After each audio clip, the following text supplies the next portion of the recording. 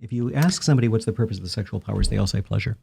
If you say, what's the purpose of the eye? Seeing. What's the purpose of the heart? That's Pumping right. blood. What's the purpose of the thumb? Well, don't these things bring grasp. pleasure? Then, yeah, they do all give pleasure. Yeah. The exercise of every single voluntary power gives pleasure. That's right. And then if you ask them, what's the purpose of the sexual powers? They say procreation. Or at least they say, I see, or at yeah. least, you see what I mean? Yeah, They're primed. yeah. You They're set the primed. They stage. get it. They see it for themselves. And I say, okay, that's part of the picture. Usually they say reproduction, and I say reproduction, a guppy reproduces. We procreate. We're inducing, we're not only bringing about conception, we're raising these children, we're doing all these things together, introducing them into adult life, into being virtuous people. That's procreation. And I say, okay, what's the other thing it's about? There's another thing? I say, well, do we reproduce like guppies? No, we don't. What's a guppy? Oh, it's a little fish. Okay. It's a little fish. People who raise tropical fish sometimes they're very small. And the thing about guppies is that the mother guppy and the father guppy don't know each other. They don't know the children. She spews some eggs into the water. He spews the sperm into the water, and fertilization takes place without any connection between the two of them. Then the little guppies get born, and if you're not careful and you're not feeding your guppies well enough, the parents will eat the children. Okay? It's not personal. We're not like that.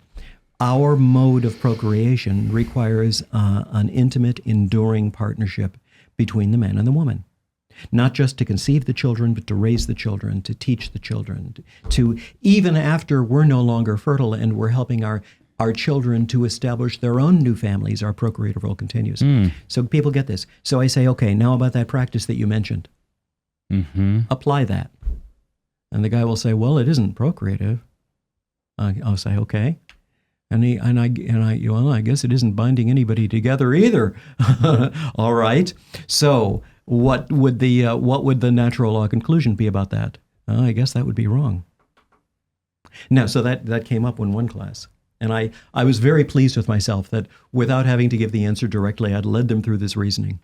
Sometimes I do have to give it, but I'd led them through the reasoning. And a young woman in the front row starts crying. So like sobbing or gently Yes. crying? Sobbing, not screaming crying, but, sobbing. And I say, are you all right? And she says, it's just that this is so cruel. I said, cruel to who? And she meant to people of certain dispositions to perform certain acts. And I said, well, let's think about that. She's still crying. I said, if this is true, now you're free to tell me why you think it isn't true. But if this is true, then the most compassionate thing that you could tell somebody who is living in defiance of it is, you're hurting yourself. The way you're living, the way you're behaving is not good for you. If somebody was addicting himself to drugs, it would be compassion. It wouldn't be to tell him, stop using that stuff. It wouldn't be cruel to tell him, don't stop using that stuff. Well, she was oblivious to that and kept sobbing. I came to realize in that particular case that this was probably partly self-referential. She felt accused, even though I'd accused nobody. And I said, this isn't even about judgment. We're not saying who's to blame or who's done wrong or sinned. All I've talked about is what's for our well-being.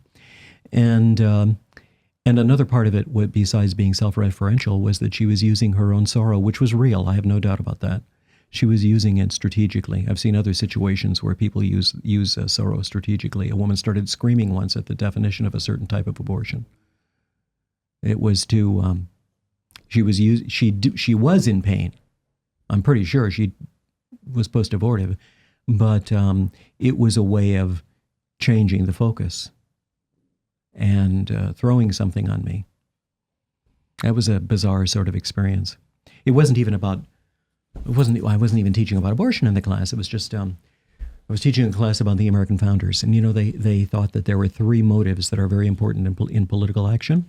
There's passion, okay, which they thought of as wild, unregulated emotion, bad stuff. There's interest, self-interest. Well, that's bad too, but you can channel it maybe with the appropriate incentives and checks and balances. And then there's virtue. That's good, but there's not enough of it. And so they had ways to make the most of what's the best and to try to block the expression of passion and all that kind of stuff, delay decision until passion subsides. And I wanted to explain this. And I said, so can you give me an example of a political issue that arouses passion in our day? This was an 8 o'clock class and everybody was groggy. I've learned not to teach at 8 o'clock. At night or morning? In the morning. Yeah, people are tired. At 8 o'clock at night, people They're are also more groggy, awake. maybe. They're groggy okay. too, but not as groggy as at 8. And they're sort of going, I don't know. And I said, okay, I know it's 8 o'clock. Shall I tell you about an issue that's been arousing a lot of passion lately? A lot of controversy. Yeah, please. I said, Congress is debating partial birth abortion. This was years ago. And they got puzzled looks. I said, do you know what that is? No. Do you want me to tell you what it is?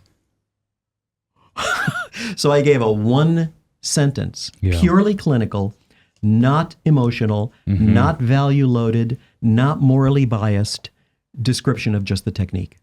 That's when the woman starts screaming. And it took me a couple of seconds to even realize that it was an articulate scream. There were words in it. Oh, wow. She was screaming that it's only done to save the mother's life. And I said, well, as a matter of fact, that's not true. One person did testify before Congress that that was the only reason he ever used it, but he admitted afterward that he'd perjured himself. She started screaming louder. Now, here's what showed me that was strategic. I have no doubt that she was really in pain, but she was using her pain strategically. I turned to the class and I said, well, do you see now why the founders were concerned about passion in politics? She turned off like a light switch. From high decibel screaming to instant silence. Just like that. The ploy hadn't worked. It had worked against her. It probably worked at helping people be less groggy. It sure did. Everybody up. You could maybe it bring sure her did. into other Yeah, classes. some students were asking me afterward that they said after class they said better than coffee. That was really cool. Did you rehearse that with her ahead of time? No. So you think weird things happen in the classroom, and you can get shut down sometimes. You can be made a target. Hey, thank you so much for watching. Before you go, do us a favor, leave a comment, let us know what you thought of the video, like, and subscribe.